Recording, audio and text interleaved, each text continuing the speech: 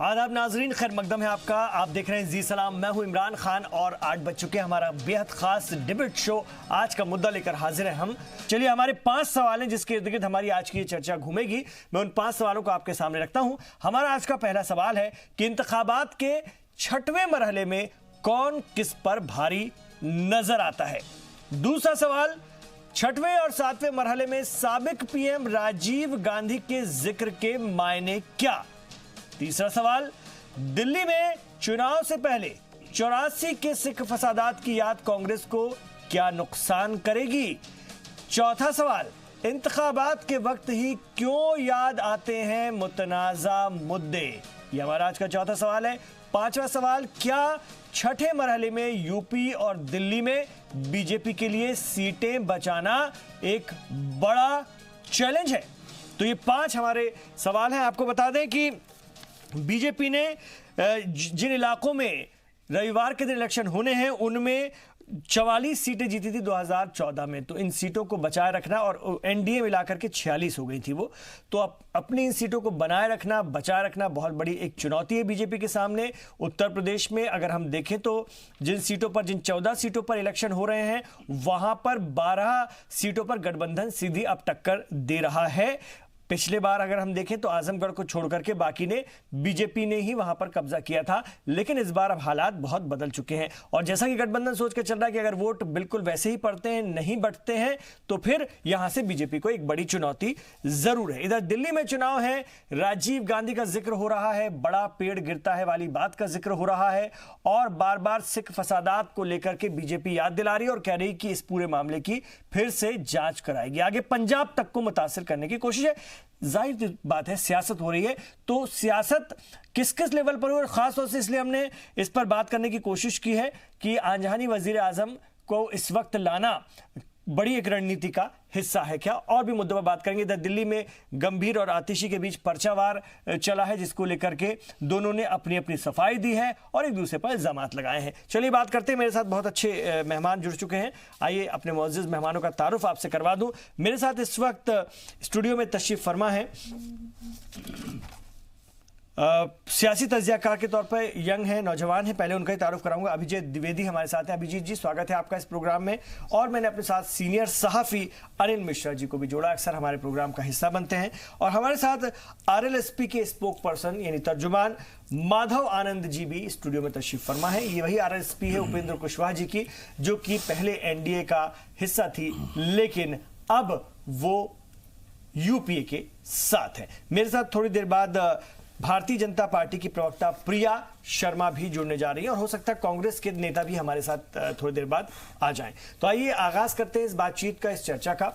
मैं सबसे पहले अनिल मिश्रा जी के पास जाना चाहूंगा। अनिल मिश्रा जी, आंजहानी वजीर आजम राजीव गांधी जी का इस मरहले में, खासतौर से 6वें मरहले में जिस तरह से जिक्र छिड़ा है, वो हमें किस तरफ ले जा रहा है, उसके मायने क्या क्या हैं। इतना तो समझ में आता है कि दिल्ली है और पंजाब है आगे, लेकिन और भी क्या क्या बातें हैं जो इस वक्त इस जिक्र के पीछे हो सकती हैं। बीजेपी ने जबरदस्त एग्रेसिव कैंपेन की है उनको लेकर के। जी बिल्कुल, देखिए चुनावी रणक्षेत्र बिल्कुल तैयार है, तैयार नहीं है। चुनावी रणक्षेत्र में युद्ध काफी हद तक आगे निकल चुका है। तो जब युद्ध मतलब कि जो चुनावी युद्ध हो रहा है वो जब अंतिम पड़ाव पर है, सियासी जो एक घमासान मचा हुआ जंग जारी है, तो उस पर फिर सभी को ये अधिकार है, राजनीतिक पार्टियों को भी, राजनेताओं को भी, वो अपने अपने ढंग से वो एक चुनावी पूरा बिसात बिछाती हैं और उस पर अपने एक अनुरूप एक माहौल तैयार करके उसमें युद्ध लड़ने का प्रयास होता है। चुनाव में बिल्कुल वही होता है। चुनाव में वो अपने ढंग से माहौल बनाना चाहते हैं, अपने ढंग से या अपनी इच्छा अनुसार वो अपने मुद्दे उठाना चाहते हैं और ये सभी राजनीतिक पार्टियां, सभी राजनेता इस बात का विशेष ध्यान रखते हैं कि किन मुद्दों को या किन बातों को ऐसे वक्त पर लाया जाए जहां जिससे जनता प्रभावित हो। जनता में उनके समर्थक तो आते ही आते हैं, जो विरोधी है उनका नहीं, लेकिन जो न्यूट्रल हो। राजीव गांधी से क्या फायदा होगा? जी मैं वही बता रहा हूं। और दूसरा ये कि कांग्रेस को कितना नुकसान होगा। और ये जो बात वजीर आजम ने की है, बहुत ऐसी बातें बातें उन्होंने उजागर की हैं, गिनाने की कोशिश की, जिनके बारे में अब जैसे आईएनएस विराट वाला जो मामला है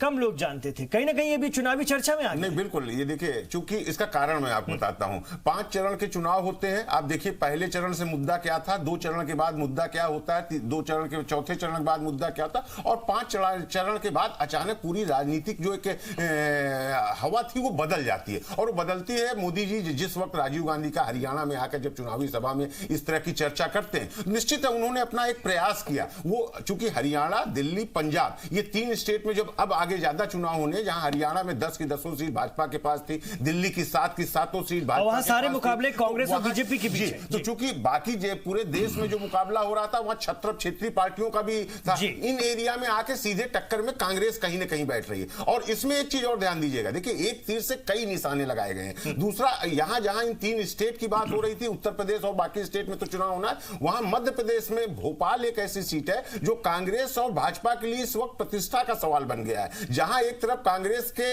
वो विवादित नेता, जो हमेशा किसी न किसी कारण, विवादित शब्द मैंने इसलिए किया कि वो कुछ न कुछ ऐसा बोलकर या कर हमेशा विवादों में चर्चा का विषय रहे हैं, वो वहां से चुनाव लड़ रहे हैं चैलेंज करके। इसमें समझने वाली बात है कि चैलेंज करके लड़ रहे हैं। और उसके बाद जब उनके विपरीत साध्वी इनको प्रज्ञा जी को उतारा जाता है भाजपा की तरफ से, उनमें भी कहीं ना कहीं विवाद है, तो विपक्ष उसके ऊपर निशाना लगाता है। तो वो जो एक जहां एक हिंदुत्व की या जिस राह पर भाजपा हमेशा चलती है, उसको प्रतिस्थापित करने की, या उस आरोप को, हिंदू आतंकवाद जो था उसको, उस दाग को धुलने का प्रयास करेगी भोपाल की जमीन से, वहीं पर कांग्रेस कहीं ना कहीं दिग्विजय के थ्रू वहां पर जीत हासिल कर लेकिन इस बीच अनिल जी गैस सानेहा जो जोड़ दिया ना भोपाल गैस का, मैं बता रहा हूं, और सीधे इसमें राजीव गांधी भी निशाने पर आ गए और भोपाल वासियों को एक बार फिर। लेकिन ये भी सच है कि 15 साल भारतीय जनता पार्टी की सरकार शिवराज सिंह चौहान की रही, लेकिन ऐसी कोई बड़ी कार्रवाई होती नहीं। मैं बता रहा हूं, देखिए, इसीलिए कर रहा हूं, वो राजनीति हो ना हो, लेकिन जो ये जिस पर हम लोग चर्चा करें, क्यों ऐसे मौके पे मुद्दे आ रहे हैं। तो आप देखें, तो वही मैं भोपाल का एक तरफ ही मुद्दा था, दूसरा तरफ राजीव, देखिए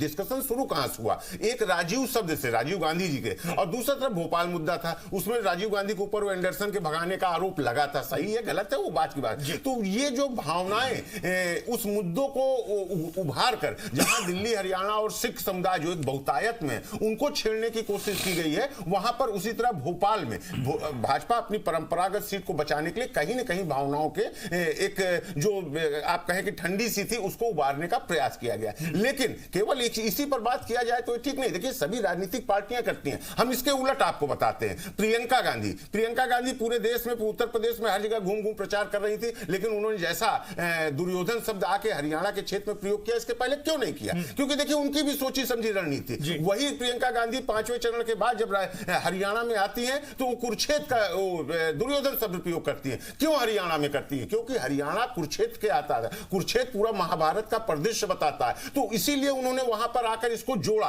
और हरियाणा की एक खासियत और है कि भारतीय फौज में जवानों की संख्या हरियाणा से बहुत ज्यादा है। तो अब आप देखिए, एक तो महाभारत किस कारण हुआ, और उसमें दुर्योधन का नाम लेना, मोदी जी के ऊपर आरोप लगाना, और उस पर वहां राष्ट्रवाद जिस कार्ड को भाजपा खेलने का प्रयास कर रही थी, उसको प्रियंका ने अपने पाले में डालने की कोशिश की। और वहां हरियाणा में इसीलिए इस चीज का चर्चा किया कि राष्ट्रवाद की भावना अगर वहां जो फौजी हैं या वहां के जो लोग हैं उनमें अगर पनपे, तो दुर्योधन और अर्जुन में अंतर करके वो अपना फैसला लें। तो ये जो एक सियासी राजनीति है, उसके बाद राहुल गांधी की नागरिकता, उस पर सवाल उठाना, फिर आईएनएस का मैटर आना है, सही क्या है गलत क्या है, रोज शाम तक आते आते चीजें क्लियर हो जा रहे हैं। चाहे राहुल गांधी की नागरिकता हो तो सुप्रीम कोर्ट ने कर दिया, आईएनएस का मैटर है तो उसके पूर्व एडमिरल ने जो उस वक्त थे उन्होंने कर दिया।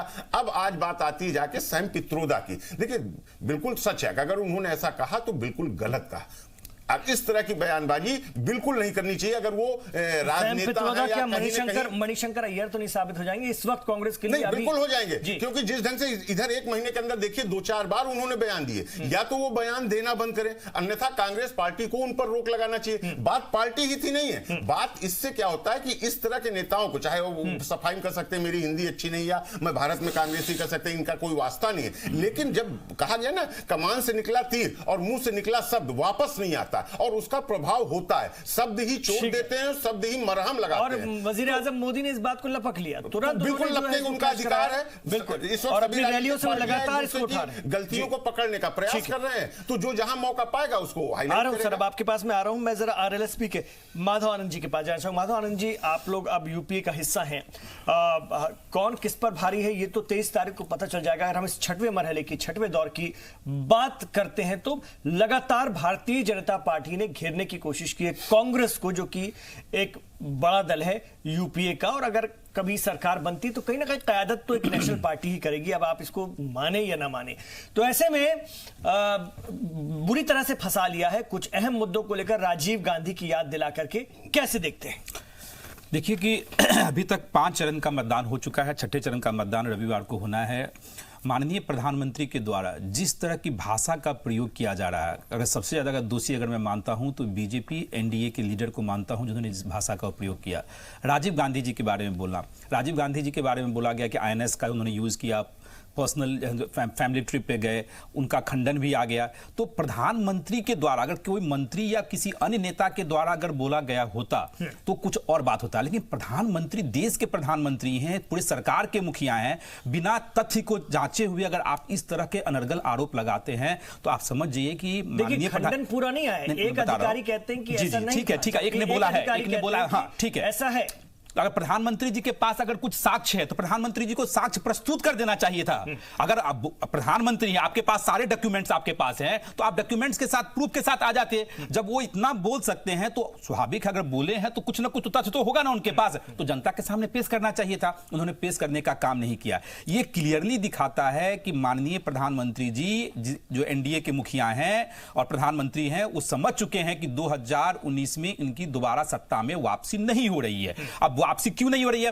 अभी तक जितने चरण के मतदान हुए हैं, आप देखिए कि भाषा की जो जितनी मर्यादा का जो उल्लंघन अगर कोई किया है तो वो एनडीए के जितने नेता हैं, शीर्ष नेतृत्व ने करने का काम किया है। वो क्लियरली दिखाता है कि वो जनता के बीच विकास के नाम पे नहीं जाना चाहते हैं। वो नहीं चाहते हैं कि जनता उनसे पूछे कि 5 साल में जितने वादा आपने किया था, आपने कितने वादों को पूरा करने का काम किया है। कॉन्फिडेंस की अगर हम बात कर लें तो जी मीडिया पर अपने इंटरव्यू में वजीर आजम नरेंद्र मोदी खुद कहते हैं कि आप लोग तैयारी कीजिए, 26 तारीख की हम शपथ लेने जा रहे हैं। उन्होंने एक बात बता दी, क्या होगा, कैसे रिजल्ट आ जाएगा, उसके बाद हम कहां कैसे करेंगे और आप लोग कौन कौन सी तारीख तक शपथ ग्रहण हो जाएगा। इस कदर आत्मविश्वास से वो भरे हुए हैं, लबरेज है। कोई नेता, और आप कह रहे हैं कि वो समझ रहे हैं कि हार कोई नेता अपने आप को मानता है कि मैं हार रहा हूं क्या? कोई नहीं मानता है। जब युद्ध के मैदान में होता है तो दोनों तरफ से सबको लगता है कि मैं जीत रहा हूं और उनको लगेगा कि मैं जीत रहा हूं, वो एक अलग बात है। लेकिन जनता यहां जानना चाहती है, जो भारतवर्ष की जनता है, जो वोटर हैं, वो इतने जागरूक हैं कि वो जानना चाहते हैं कि आपने 5 साल, आपको प्रचंड बहुमत हम लोगों ने दिया,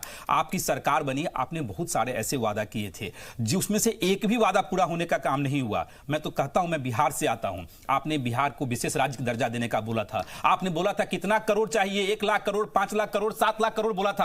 आप मोतिहारी में गए थे, आपने बोला था कि मैं तीनों चीनी मिलें स्टार्ट करा दूंगा और अगली बार आऊंगा तो यहीं के चीनी मिल से बने हुए चीनी का चाय पीने का काम करूंगा। राधा मोहन सिंह जी वहीं से आते हैं, जो कृषि मंत्री हैं। आप बताइए उनमें से कितने वादे पूरे हुए? बिहार में कितना निवेश हो गया? कितने युवाओं को रोजगार की प्राप्ति हुई? कुछ नहीं हुआ। तो निश्चित रूप से ये चाहते नहीं है कि विकास पे बात हो, जनता उनसे सवाल जवाब पूछे कि आपने 5 साल में कौन सा काम किया। इसलिए वो ध्यान भटकाने के लिए राजीव गांधी जी की तो शहादत हो चुकी है, राजीव गांधी जी तो है भी नहीं, आप भी कभी पूर्व प्रधानमंत्री बनेंगे, ऐसा नहीं है कि जीवन भर आप प्रधानमंत्री रहेंगे। तो स्वाभाविक है इस तरह की मर्यादा और इस तरह के अशोभनीय शब्द यूज करना। मर्यादा का क्या है मतलब? ठीक है, उनकी शहादत हो चुकी, सब मानते हैं वो शहीद हैं, लेकिन अगर कोई बात ऐसी है जिसको लोगों के सामने रखना चाहिए तो इसमें गलत क्या? इमरान जी एक चीज बताइए, आखिर चुनाव के वक्त में क्यों? नहीं, मैं कह रहा हूं आखिर चुनाव के वक्त में ही क्यों दोहरी नागरिकता? सवाल ये हो सकता है राहुल गांधी जी की दोहरी नागरिकता, मैं कहता हूं अगर राहुल गांधी जी की दोहरी नागरिकता है, आपकी 5 साल की सरकार थी, आपने क्यों नहीं जांच करा लिया? आपने क्यों नहीं जांच करके बता दिया कि हाँ वहां की नागरिकता उनकी थी? आप राजनीतिक सिर्फ चुनाव के वक्त में ही इस मुद्दे को उठाते, क्योंकि उस मुद्दे में कोई सत्यता है ही नहीं। आपकी प्रचंड बहुमत की सरकार थी, जो चाहते वो कर लेते। ठीक है, मैं आ रहा हूं आपके पास। अब जरा मैं अभिजीत के पास जाऊं। अभिजीत, कैसे देखते हैं एक सियासी तज्जियाकार के तौर पर आप माधव जी की बातों को, खासतौर से कि पहले आपने तमाम बातें क्यों नहीं याद की या कराई? अब सिर्फ चुनाव का वक्त है, इसलिए आपको ये सारी बातें याद आ रही हैं। इससे आपको कोई लेना देना नहीं है, आप सिर्फ चुनावी फायदा उठाने की कोशिश कर रहे हैं। क्या ऐसा है? ये सोची समझी रणनीति के तहत ऐसा हो रहा है? ये देखिए, छठवें चरण के चुनाव काफी कुछ हद तक जो है तय हो चुका है। चुनाव की दिशा क्या होगी, विषय क्या होंगे, मोटे मोटे वो तौर पे सारी चीजें तय हो चुकी हैं। विपक्ष पूरी तरह से इस बार चुनाव में किसी भी विपक्ष की कोई भी स्कीम, विपक्ष का कोई भी एजेंडा किसी भी तरीके से किसी भी प्राइम डिबेट का लंबे समय तक हिस्सा नहीं रह पाया है। चाहे वो किसी भी तरफ के चैनल हो, वो सोशल मीडिया में नहीं रहा है, या सोशल मीडिया में कोई ये नहीं कह सकता है कि वो भाजपा द्वारा पूरी तरह से कंट्रोल्ड है। जो ओपन मीडियम से या जो आम चर्चा के विषय हैं, वहां से भी कांग्रेस के द्वारा या विपक्ष के द्वारा उठाए गए मुद्दों की कोई जगह नहीं रह गई है। विपक्ष का जहां तक भाषा की मर्यादा का सवाल है, मोदी जी के ऊपर अभी खुद जो है आरएलएसपी के जो प्रवक्ता थे वो बोल रहे थे कि भारत के प्रधानमंत्री हैं, और काफी लंबा चौड़ा उन्होंने वर्णन किया। वो सारी चीजों को अगर आप ध्यान में रखें तो मोदी जी के लिए क्या क्या नहीं कहा गया है। बोटी बोटी कर देंगे, मौत का सौदागर कहेंगे, सांप बिच्छू की तरह कहा, नमक हराम कहा, मानसिक रूप से एक पैमाना क्राइटेरिया हो गया है कि अच्छा तुमने मोदी जी को 3 गाली दी है, चलो तुम्हें टिकट दे देते हैं। तो इस सारी स्थितियों में आदरणीय प्रधानमंत्री मोदी जी ने अपनी कुछ बातें रखी। दूसरी चीज जो है, कांग्रेस की जो पूरी लिगेसी है, कुल मिला के कांग्रेस लगातार नेहरू जी, इंदिरा जी, राजीव गांधी जी और वो सारी पूरी हिस्ट्री को लेकर ट्रेस कर रहे थे। तो उस लिगेसी इशू में जिस तरीके से राजीव गांधी जी की क्या स्थिति रही है, राजीव गांधी जी की सच्चाई क्या है, और जो सारे विषय रहे हैं उसको उन्होंने जनता के समक्ष रखा। दूसरी चीज, कांग्रेस के नेताओं ने जिस तेजी के साथ उसको जवाब देने के चक्कर में कि नेहरू गांधी फैमिली को हमें शील्ड प्रदान करनी है और अपने आकाओं के सामने अपने नंबर बढ़ाने हैं, उस चक्कर में भी उन्होंने लगातार जिस तरीके की टिप्पणियां की, उससे भाजपा का जो एजेंडा था उसे बल मिला। आप एंडरसन की बात करें, एंडरसन के केस में भोपाल में जो हुआ, उस केस में भी आप अल्टीमेटली जानेंगे तो कि वो एक दिल्ली से जो एक प्रॉपर जो दोनों देशों के बीच में बातचीत हुई, उसके बाद उनको वहां से भोपाल से उठा के जो है दिल्ली लाया गया था और दिल्ली से बाहर भेजा गया था। ऐसी बहुत सारी चीजें हैं जिन सारी चीजों को की रणनीति में जो कि चुनाव का हिस्सा रहेंगे। यदि आप संघ से या किसी अन्य व्यक्ति से पूछते हैं कि 1925 में तुम क्या कर रहे थे, 1949 में महात्मा गांधी की जो हत्या हुई उसके विषय में संघ पे फिर फर्जी का आरोप लगाया जाता है, जिसको कि 2 कमीशन, हाईकोर्ट की इंक्वायरी, सबसे साबित हो गया कि उसमें संघ की कहीं कोई भूमिका नहीं थी। उसके बावजूद लगातार आप वो बात कहते हैं, तो आपको यह कहीं से हक नहीं है कि चुनाव एकदम तात्कालिक विषयों पर हो। जहां तक तात्कालिक विषयों का विषय है, उसमें प्रधानमंत्री मोदी जी द्वारा चलाई गई स्कीमें हो, जो विभिन्न प्रकार के जो सोशल सेक्टर के मूवमेंट्स हो, आज जो है सबसे बड़ी चिलबलाहट वो इस बात की लेगी कि जो अर्थमेटिक दिखता था विपक्ष को, वो अर्थमेटिक कास्ट बेस्ड अर्थमेटिक हो या बाकी सारे अर्थमेटिक हो, वो फेल हो चुके हैं। आपको सिर्फ उदाहरण दूं कि SC/ST वेलफेयर फंड जो होता है सरकार का, वो 66,000 करोड़ हुआ करता था 2013-14 में। आज वो 1.2 लाख करोड़ रुपए हो रहा है। तो विपक्ष को कहना है, विपक्ष अभी ये कहना है ना कि ये तमाम बातें याद कराएं, राजीव गांधी को क्यों याद जी ये सारी बातें जी राजीव, देखिए एक राजनीति हो रही है, राजनीति में पार्टियों का इतिहास है, पार्टियों की अपनी भूमिकाएं रही हैं, पार्टियों के अपने स्टैंड रहे हैं, उनके खुद के प्लान्स क्या हैं। जब खुद जो है कांग्रेस लगातार अपनी पूरी हिस्ट्री को ट्रेस करती है और बहुत ही गौरवान्वित होकर कहती है कि हमने ही देश का भला किया है और हम ही देश का भला करेंगे, तो भाई ऐसे नेताओं का सच बताना, उन नेताओं की कुरस्तानियों को बताना, उसका पूरा हक है भाजपा को भी अपनी बात कहने का। अगर कांग्रेस का नहीं पीछे, कांग्रेस लगातार जो भी आरोप है प्रधानमंत्री मोदी जी को 2002 के जो गोधरा के दंगे थे उसमें सुप्रीम कोर्ट द्वारा बनाई गई SIT द्वारा भी छूट मिल गई। जब प्रधानमंत्री तत्कालीन चीफ मिनिस्टर थे तब भी वो जाके 8-8 घंटे इंक्वायरी हुई। उन्होंने कभी ये नहीं कहा कि मेरे खिलाफ जो है विंडिकेशन, जानबूझ के विंडिक्टिव पॉलिटिक्स हो रही है, उन्होंने उससे सहयोग किया। लेकिन आज भी आप वही बातें करते हैं और उसके कोई आधार नहीं है। तो इसलिए जो है जब आप खुद जो है पीछे की बातें करते हैं, और कोई भी चुनाव, किसी भी देश का चुनाव जो होता है वो सिर्फ तुरंत के विषय पर नहीं होता। एक देश की दिशा क्या होगी, देश के पैमाने क्या होंगे, कौन से विषय महत्वपूर्ण है, कौन से विषय महत्वपूर्ण नहीं, वो सारी चीजें देखता है आदमी।